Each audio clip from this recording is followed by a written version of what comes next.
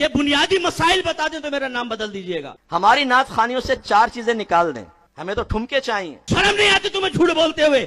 Number 3، لنگر نہیں ہونا چاہیے اس میں۔ پیر صاحب نے چھلانگ لگائی۔ دوسرا، ناراض مت ہوئیے گا، آپ عاشقان رسول کے دروازے عشق پر میں تھوڑی سی ضرب زور سے لگانا چاہتا ہوں۔ ہماری نعت خانیوں سے 4 چیزیں نکال دیں، صرف چند لوگ بیٹھے ہوں گے، باقی سب غائب ہو جائیں گے۔ کون سی 4 چیزیں؟ نمبر 1، کوئی مشہور نعت خان مت بلائیے۔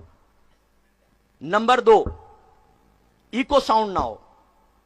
نمبر 3، لنگر نہیں ہونا چاہیے اس میں۔ اور نمبر 4، عمرے کے ٹکٹ کا اعلان نہ ہو۔ پھر دیکھیں وہ عاشقان رسول لاکھوں کی تعداد میں آئیں گے، لاکھوں کی تعداد۔ یار ہمیں شرم نہیں آتی ذرہ برابر؟ ہم نے دین کو مذاق بنا رکھا ہے۔ ہم اپنے نفس کی غلامی میں بعض اوقات نعت خانیوں کے اندر آ رہے ہوتے ہیں، اللہ کی رضا کے لیے نہیں، جس کی علامت یہ ہوتی ہے کہ اگر اعلان ہو جائے نا کہ یہاں پر کھانا نہیں ہوگا، بھاگ جائیں گے۔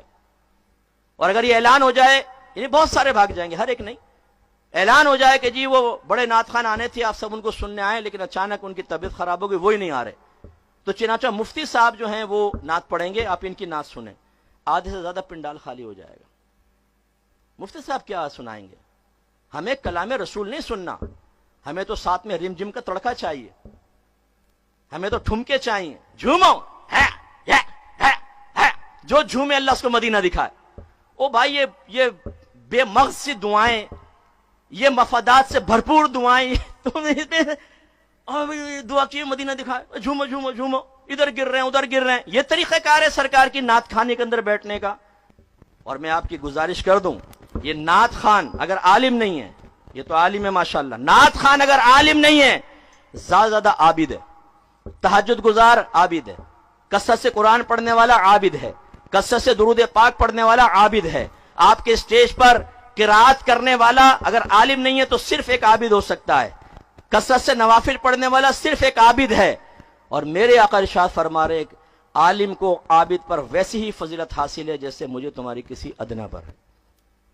یہ میرا درد ہے، میں تو ایک مشہور آدمی ہوں، میں تو اسٹیجز پہ آتا ہوں، لوگ اکثر مجھے عزت سے نوازتے ہیں، نعت خان بھی مجھے عزت دیتے ہیں، اور خدا کی قسم کسی نعت خان نے میرا کچھ نہیں بگاڑا۔ اس کا مطلب ہے میری کوئی ذاتی دشمنی تو ہے نہیں، لیکن میں نے یہ تفاوت دیکھا، ان کے گردنوں کے اندر سریے دیکھیے، جو خاص طور پہ مشہور نعت خان ہیں، متکبر نعت خان، جنہیں لوگ بہت پیسہ دیتے ہیں، اسٹیج پیسوں سے بھر جاتا ہے، لیکن تکبر اور غرور بھرا ہوا ہے۔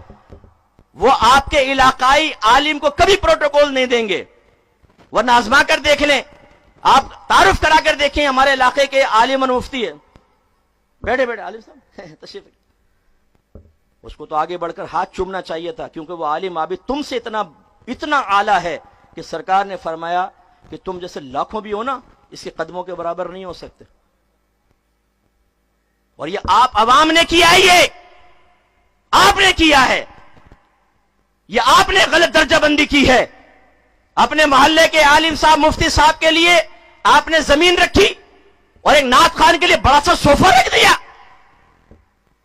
ٹھیک ہے عزت دینا ہے تو دیں، لیکن پھر عالم کو بھی تو عزت دینا، اس کے لیے بھی رکھے ساتھ میں صوفہ۔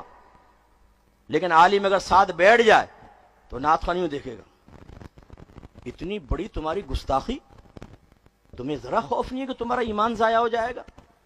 اتنی عظیم ہستی کے ساتھ ایک عالم کو لا کے بٹھا دیا، کم بختو میرا مقام مرتبہ کب جانو گے؟